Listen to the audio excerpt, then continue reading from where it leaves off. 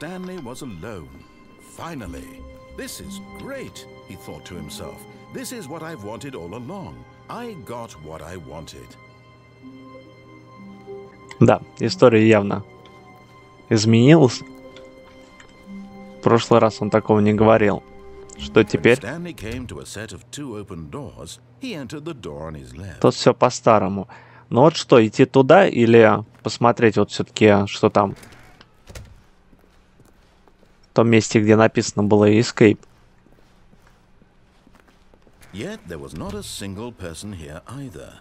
Feeling a wave of disbelief, Stanley decided to go up to his boss's office. Coming to a staircase, У нас ведь есть еще спуск вниз, но я все-таки дойду до надписи с Escape. Stepping into his manager's office, Stanley was once again stunned to Не discover помню not код. an indication of any human life. 2548. Mean? Stanley wondered aloud to nobody. He began wildly tearing through papers on the boss's desk, pulling books off the shelf, looking behind paintings, desperate for clues to his situation. But his attention was caught by a keypad behind the boss's desk. What could its purpose be? In fact, this keypad guarded the terrible secret that lay buried below his feet. And so the boss had assigned it an extra. Stanley was in such a rush to get through the story as quickly as possible, he didn't even have a single minute to just let the narrator talk. That kind of anxiety isn't healthy, so he relaxed for a few moments with some calming New Age music.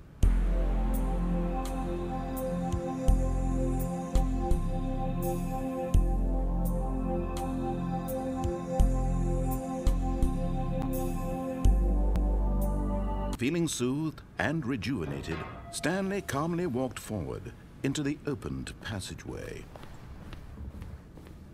Часть поменялась, часть осталась прежней.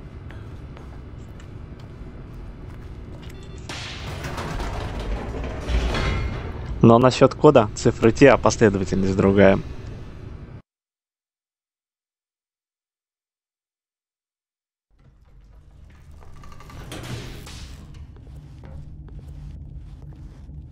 Stanley walked straight ahead through the large door that read Mind Control Facility.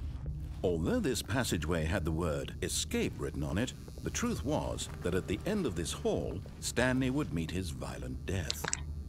Выход, вот как это переведено. Вообще, конечно, не воодушевляющий комментарий, но делать нам нечего. Там мы уже видели.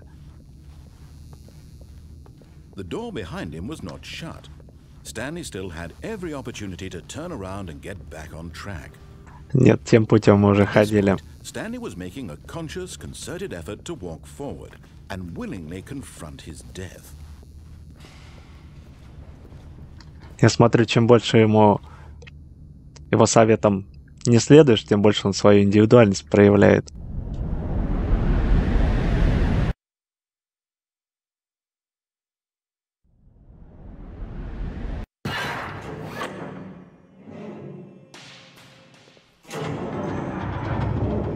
As the machine whirred into motion and Stanley was inched closer and closer to his demise, he reflected that his life had been of no consequence whatsoever.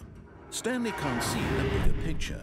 He doesn't know the real story, trapped forever in his narrow vision of what this world is. Perhaps his death was of no great loss, like plucking the eyeballs from a blind man. So he resigned and accepted this violent end to his brief and shallow life. Farewell, Stanley. Ну, дно откроется. Farewell, Stanley, cried the narrator, as Stanley was led helplessly into the enormous metal jaws. In a single visceral instant, Stanley was obliterated as the machine crushed every bone in his body, killing him instantly.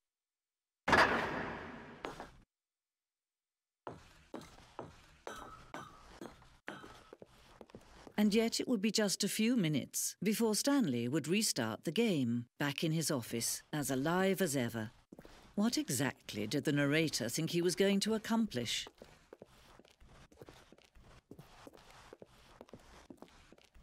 Пока это на офис никак не похоже. Every path you can walk has been created for you long in advance. Death becomes meaningless, making life the same. Do you see now? Do you see that Stanley was already dead from the moment he hit start?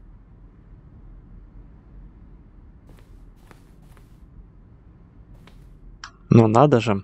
1, 2 и 3. Как это далеко от наших начальных цифр. Офисные компьютеры, кнопочки. Наверняка бесполезные.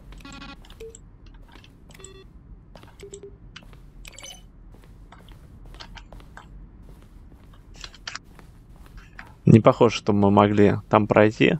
Опять выбор, куда идти. Так. 431 у нас был, по-моему, 427. А там что? Хоть примерно посмотреть.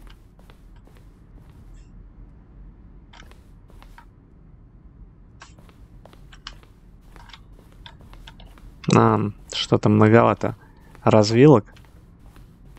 Да смотрите, они не пересекаются.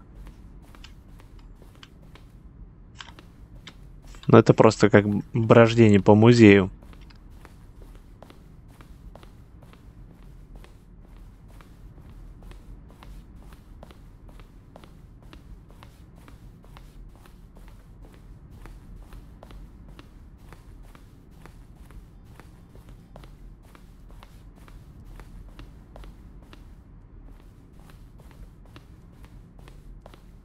Да, я видел, что там выход, но пока решил туда не идти.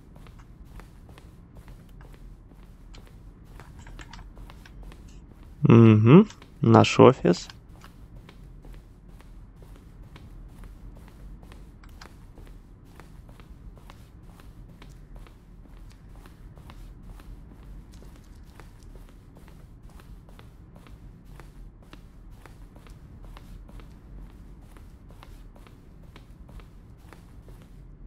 Тут вообще, по идее, вещи из игры, но вот этих рычагов я еще не встречал.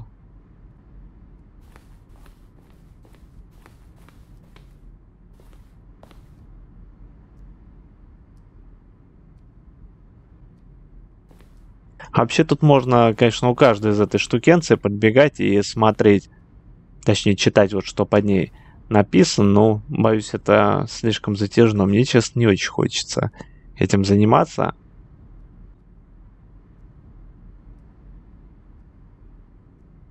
Тут написано, что эти скриншоты сделаны из какой-то ранней версии.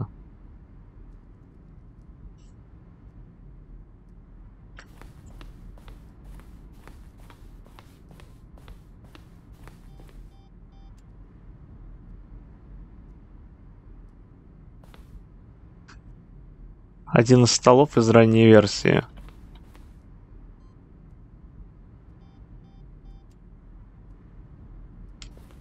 Концовка с свободой. Нет, вообще тут можно, конечно, было бы кое-что найти. Какие-то подсказки, что нам следует искать. Ранняя версия комнаты чего-то там. Countdown.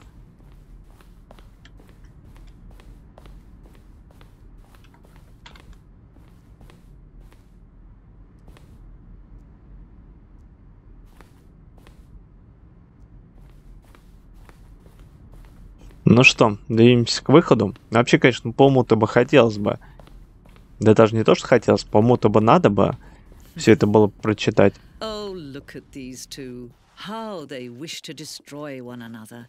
How they wish to control one another. How they both wish to be free. Can you see? Can you see how much they need one another? No, perhaps not. Sometimes these things cannot be seen. But listen to me. You can still save these two. You can stop the program before they both fail. Push escape and press quit. There's no other way to beat this game.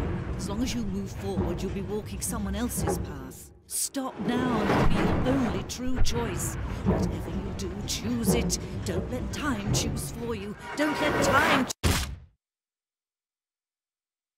Изумительная пустота и чернота. Специально такую паузу сделали? Или что, или мне все-таки надо жать? Я чуть-чуть еще подожду. Если нет, значит выйду в меню. Но игрушка такая, тут может быть все что угодно. Может быть, тут надо минуту ждать, и тогда что-то опять появится. Ладно, игра, поздравляю, ты победила.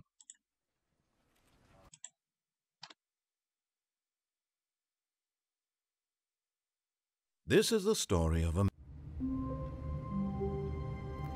Мы это уже все слышали, поэтому, разумеется, я пропускаю. What did it look like? There was a computer, perhaps, and a painting. Was it a painting or a photo? He could no longer recall. Я уже даже не то, что вспомнить не могу. Я ее даже и не осматривал толком. Эту комнату Стэнли. Ну, давайте лестницу вниз проверим.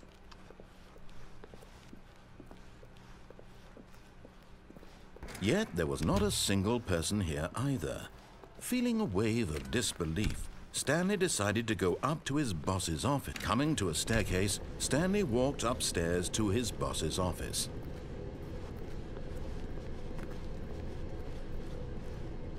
But Stanley just couldn't do it. He considered the possibility of facing his boss. Admitting he had left his post during work hours, he might be fired for that. And in such a competitive economy, why had he taken that risk? All because he believed everyone had vanished? His boss would think he was crazy. And then something occurred to Stanley. Maybe, he thought to himself, maybe I am crazy. All of my co-workers blinking mysteriously out of existence in a single moment for no reason at all? None of it made any logical sense. And as Stanley pondered this, he began to make other strange observations. For example, why couldn't he see his feet when he looked down? Why did doors close automatically behind him wherever he went? And for that matter, these rooms were starting to look pretty familiar. Were they simply repeating? No, Stanley said to himself, this is all too strange. This can't be real. And at last, he came to the conclusion that had been on the tip of his tongue. He just hadn't found the words for it. I'm dreaming, he yelled. This is all a dream. Oh, what a relief Stanley felt to have finally found an answer, an explanation. His co-workers weren't actually gone. He wasn't going to lose his job. He wasn't crazy after all. And he thought to himself, I suppose I'll wake up soon. I'll have to go back to my boring real-life job pushing buttons. I may as well enjoy this while I'm still lucid. So, he imagined himself flying and began to gently float above the ground. Then he imagined himself soaring through space on a magical starfield, and it too appeared. It was so much fun, and Stanley marveled that he had still not woken up. How was he remaining so lucid? And then perhaps the strangest question of them all entered Stanley's head. One he was amazed he hadn't asked himself sooner. Why is there a voice in my head dictating everything that I'm doing and thinking? Now the voice was describing itself being considered by Stanley, who found it particularly strange. I'm dreaming about a voice describing me, thinking about how it's describing my thoughts, he thought. And while he thought it all very odd and wondered if this voice spoke to all people in their dreams, the truth was that, of course, this was not a dream. How could it be? Was Stanley simply deceiving himself, believing that if he's asleep, he doesn't have to take responsibility for himself? Stanley is as awake right now as he's ever been in his life. Now, hearing the voice speak these words was quite a shock to Stanley. After all, he knew for certain, beyond a doubt, that this was in fact a dream. Did the voice not see him float and make the magical stars just a moment ago? How else would the voice explain all that? This voice was a part of himself too. Surely, if he could just... He would prove it.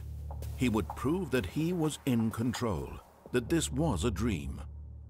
So he closed his eyes gently, and he invited himself to wake up. He felt the cool weight of the blanket on his skin, the press of the mattress on his back, the fresh air of a world outside this one. Let me wake up, he thought to himself. I'm through with this dream. I wish it to be over. Let me go back to my job. Let me continue pushing the buttons. Please, it's all I want. I want my apartment and my wife and my job. All I want is my life exactly the way it's always been. My life is normal. I am normal. Everything will be fine. I am okay.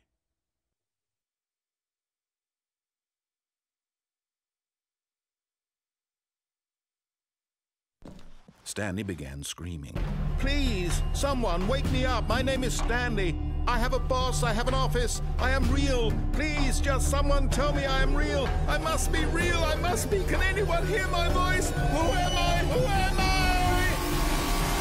And everything went black.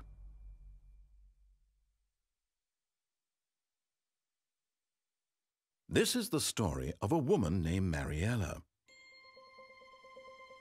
Mariella woke up on a day like any other. She arose, got dressed, gathered her belongings, and walked to her place of work. But on this particular day, her walk was interrupted by the body of a man who had stumbled through town talking and screaming to himself, and then collapsed dead on the sidewalk. And although she would soon turn to go call for an ambulance, for just a few brief moments she considered the strange man. He was obviously crazy, this much she knew. Everyone knows what crazy people look like. And in that moment, she thought to herself how lucky she was to be normal. I am sane. I am in control of my mind. I know what is real and what isn't. It was comforting to think this, and in a certain way, seeing this man made her feel better. But then she remembered the meeting she had scheduled for that day. The very important people whose impressions of her would affect her career, and by extension, the rest of her life. She had no time for this, so it was only a moment that she stood there, staring down at the body.